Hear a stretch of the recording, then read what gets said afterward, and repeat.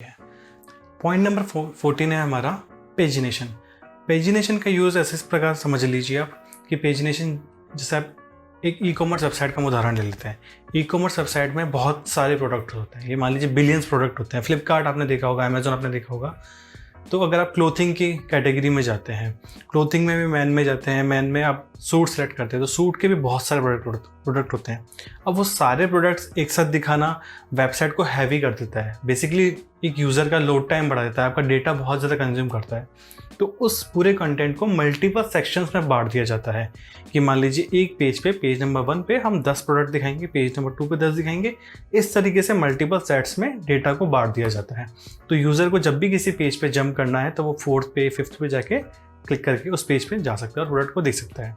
उसे हम पेजिनेशन कहते हैं। पेजिनेशन आप वेबसाइट के अंदर बॉटम में देखेंगे, जबकि प्रोडक्ट खत्म हो रहे हैं तब पेजिनेशंस आते हैं। यही सेम चीज़ एक स्टोरी रीडिंग में भी काम करती है।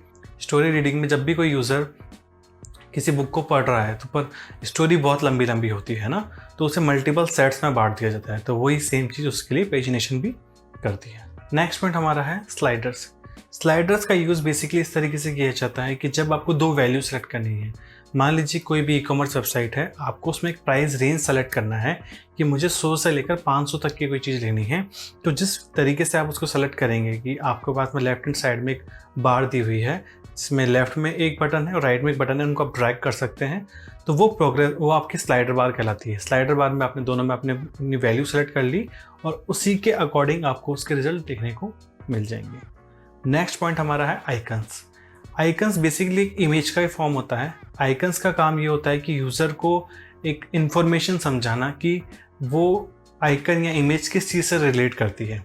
इसको मैं एग्जांपल की तरह आपको बताऊं तो ऐसे समझिए कि जब एक डस्टबिन का साइन लगा हुआ होता है तो यूज़र को समझ में आता है कि इससे ये चीज़ डिलीट हो जाएगी, या फिर एक क्रॉस का साइन लगा हुआ होता है तो उससे यूज़र को ये समझ में आता है कि ये चीज़ इससे क्लोज हो जाएगी। जैसे अगर आपने विंडोज़ आप सिस्टम यूज़ में लेते हैं, उसमें टॉप राइट कॉर्नर के अंदर जब हमें किसी विंडो को क्लोज करना होता है, जब हम हमारे माउस को होवर करेंगे उस पर ले जाके तो क्लोज का साइन बना हुआ जाता है।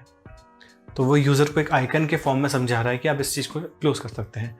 जैसे मैग्नीफाइंग ग्लास होता है, वो सर्च के फॉर्म में समझाया जाता है उसको कि उससे वो इन्फॉर्मेशन को सर्च कर सकता है। नेक्स्ट हमारा आता है नोटिफिकेशन। नोटिफिकेशन का यूज़ आपने वेबसाइट्स में भी देखा होगा, आपने मोबाइल एप्लीकेशन में भी देखा होगा, और अगर आपने कोई सॉफ्टवेयर यूज़ में लिए हैं तो उनमें भी आपको नोटिफिकेशन का यूज़ देखने को मिलेगा।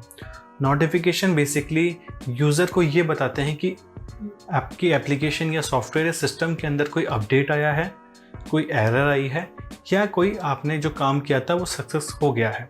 यदि अगर आपने कोई फॉर्म फिल किया है मान लीजिए, और फॉर्म फिल करने में कुछ एरर आई है, तो वो आपको नोटिफिकेशन देगा कि ये इस जगह पर ये एरर है। अगर कोई सॉफ्टवेयर का अपडेट वर्जन आया है तो वो आपको इन्फॉर्मेशन देगा कि आप अपने फ़ोन में जाकर उस सॉफ्टवेयर को अपडेट कर सकते हैं। तो जैसे कि फ़ोन के अंदर आपने जब नोटिफिकेशन आती है तब आप देख सकते हैं कि उस पर क्लिक करने पे आप वो उस सेक्शन पे ले जाता है। इसी प्रकार मान लीजिए आपको जब फेसबुक आपने या कोई भी सोशल मीडिया प्लेटफॉर्म आप काम में लेते हैं तो नोटिफिकेशन का आइकन पे आप क्लिक करते हैं तो कभी किसी की फ्रेंड रिक्वेस्ट आती है या मैं कहूँ किसी का मैसेज आता है तो भी वो एक नोटिफिकेशन के फॉर्म में आपको दिखाता है। एक इन्फॉर्मेशन का एक संक्षिप्त रूप जो होता है वो नोटिफिकेशन कहलाता है।